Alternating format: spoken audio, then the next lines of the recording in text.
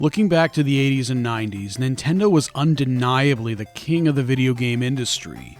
No other company could get even close to the sales of Nintendo's consoles. Then came Sega, who for a few years gave Nintendo a real run for their money. At the time that they were released, with the exception of the Genesis, Sega's consoles, though, were not looked upon all that favorably. Derision of some of these consoles, like the 32X, were well-deserved based on the marketing and support that Sega gave it. On the other hand, consoles like the Saturn were treated as a second-rate PlayStation at the time, but are truly underrated. Of all the systems that deserve some recognition, the Sega Game Gear gets almost none. This handheld system, the second best-selling system by Sega, not only gets very little recognition, but most reviews seem to be rather negative.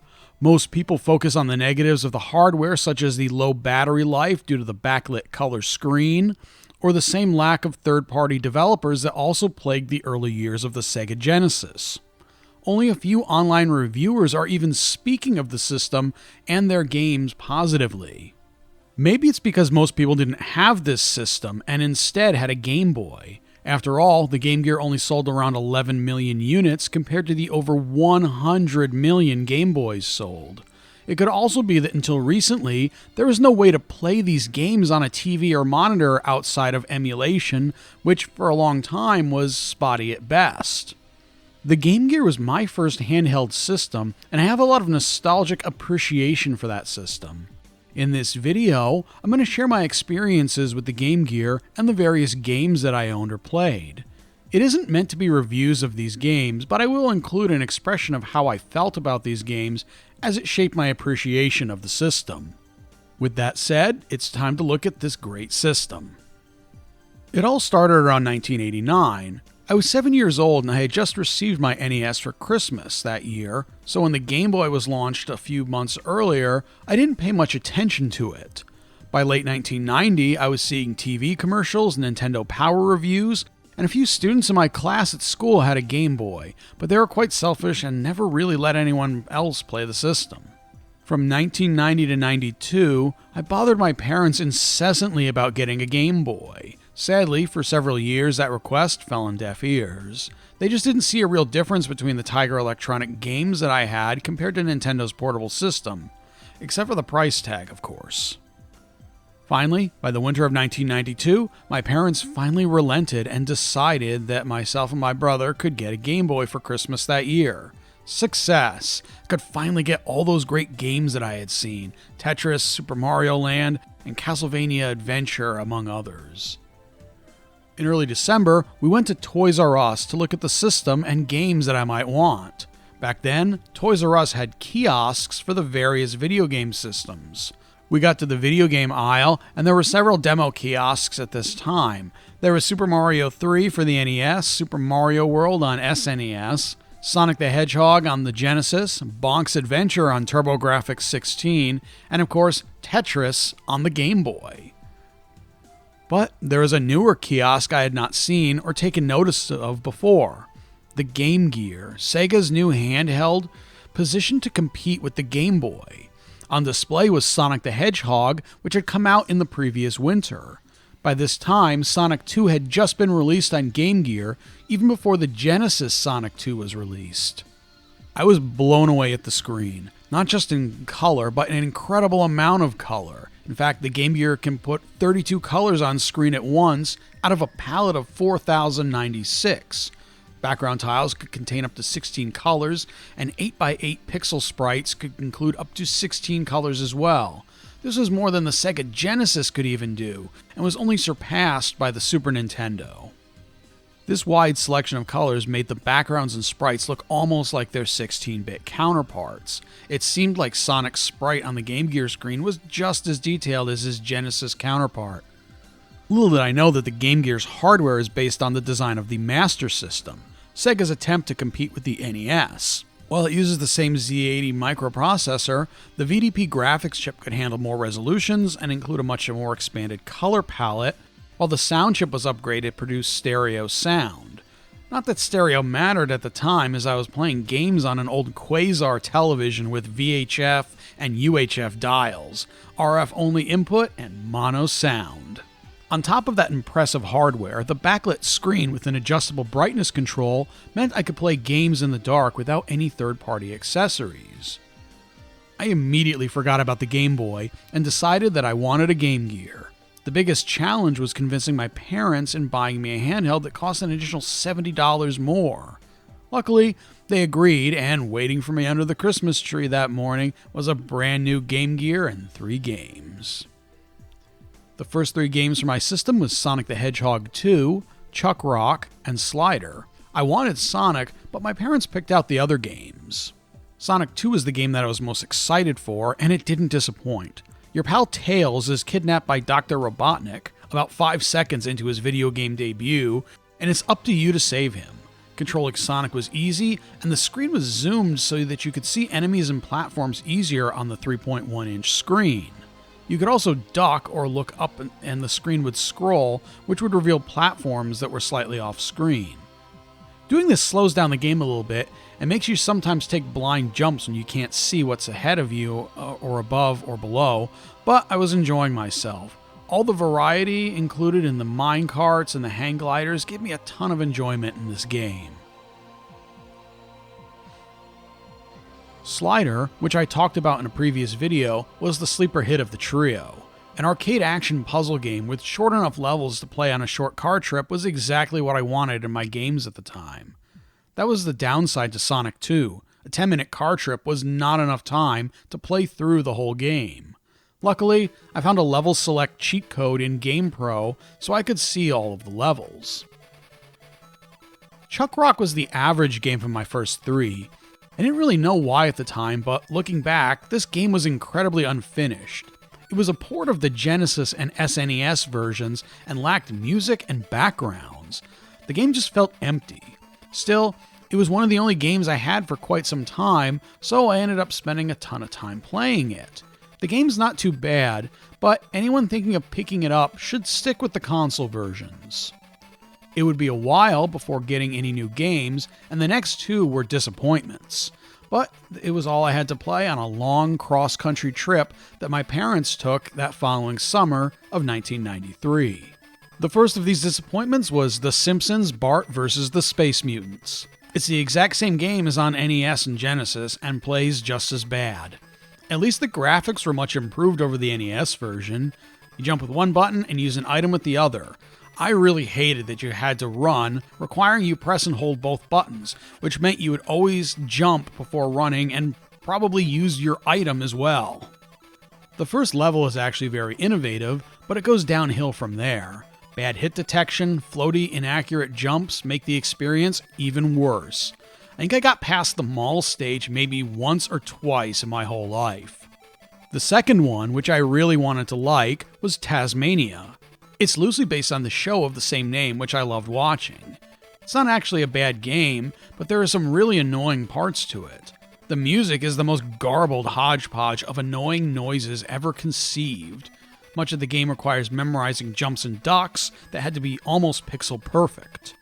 The minecart stage was a maze where one wrong move returns you to the beginning of a level where every section looks exactly the same, or worse, took you to instant death. On the plus side, there is some nice humor in the game, and the graphics were really detailed. Oh yeah, this game is really difficult and also extremely short. You can seriously, without speedrunning, beat this game in less than 15 minutes once you know all the patterns. The next game I got would finally redeem the console after Taz and The Simpsons. This game was Batman Returns.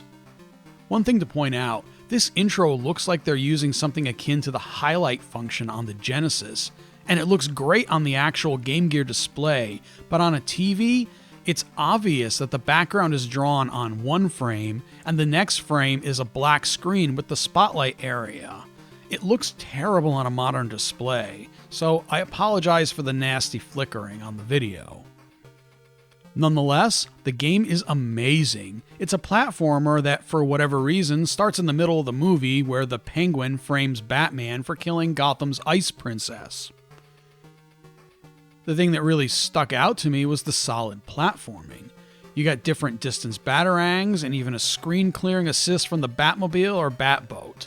I really loved using that ability. That cutscene is great. On top of that, each stage has alternate paths, so you have to play through the game at least twice to see every stage. Utilizing the same frame offset as the title screen, there is simulated snow effect on the street stages with the appearance of 3 layers of overlapping parallax, and fire effects in Shrek's department store. This is a must-own game for the system. Luckily, I wasn't the only person at school in my class with a Game Gear. A few other kids also had a Game Gear, and from time to time, we'd trade games. This is how I was exposed to games like Shinobi, a game exclusive to the Game Gear. I was never able to get very far in this game due to difficulty, and it's on my list of games that I need to put some time into in the near future. I can't remember all of the games that I borrowed, but I do remember spending a lot of time with Joe Montana Football. It seems quite basic, but it's a football game, and it seems like it has a good amount of control over your team. I always got beat by the computer though, but this game killed a lot of time back then. I don't know that I would recommend it, even to people that really love sports video games. When it came to consoles, I would go from the NES in the 80s to the Super Nintendo in the 90s. One of the games that I was really excited about and put tons of hours into was Mortal Kombat. Unfortunately, the SNES version was missing the blood and gore, one of the big things that originally attracted me to the arcade machine in the first place. On the other hand, the Game Gear version did have the blood, you just needed to enter a code. I still remember it today, 212 down up. Sadly, the digitized samples don't look anywhere near as good as they could have been, considering that you can put 16 colors onto a sprite. Also, Kano was missing entirely, and you only fought on the pit and in Goro's lair, probably due to memory constraints of the cartridge. If I wasn't playing 2-player against my brother or my friends, I would usually go to play the Game Gear version just to see that over-the-top amount of blood fly out of enemies, and see the uncut original fatalities. I'm not sure the order that I received the next few, but they were some great games. First is WWF WrestleMania Steel Cage Challenge. I was big into pro wrestling at the time, and many of my favorite wrestlers were in this one. Hulk Hogan, The Undertaker, and Bret the Hitman Hart were all there, along with other well-known wrestlers like Shawn Michaels and Ric Flair. The game even had their theme songs, something future WWF and WWE games would lack. I enjoyed the regular, tag team, and championship modes a lot, but I never really got into the cage matches, despite it being the special feature of this title. On a side note, there are different wrestlers in this version compared to the NES one. Next is Sonic Spinball. Thoughts on this and the Genesis version are pretty mixed. People either love or hate this one. I personally loved it. It's part pinball and part Sonic the Hedgehog. Unlike most video pinball, you have a little bit of control over Sonic while he's in freefall. Use the flippers to direct Sonic to several Chaos Emeralds, then find the exit to fight the boss. It's simple, yet challenging at the same time. This version has the same zones as the Genesis one, but the layouts are different between each version. Finally, there is Jurassic Park.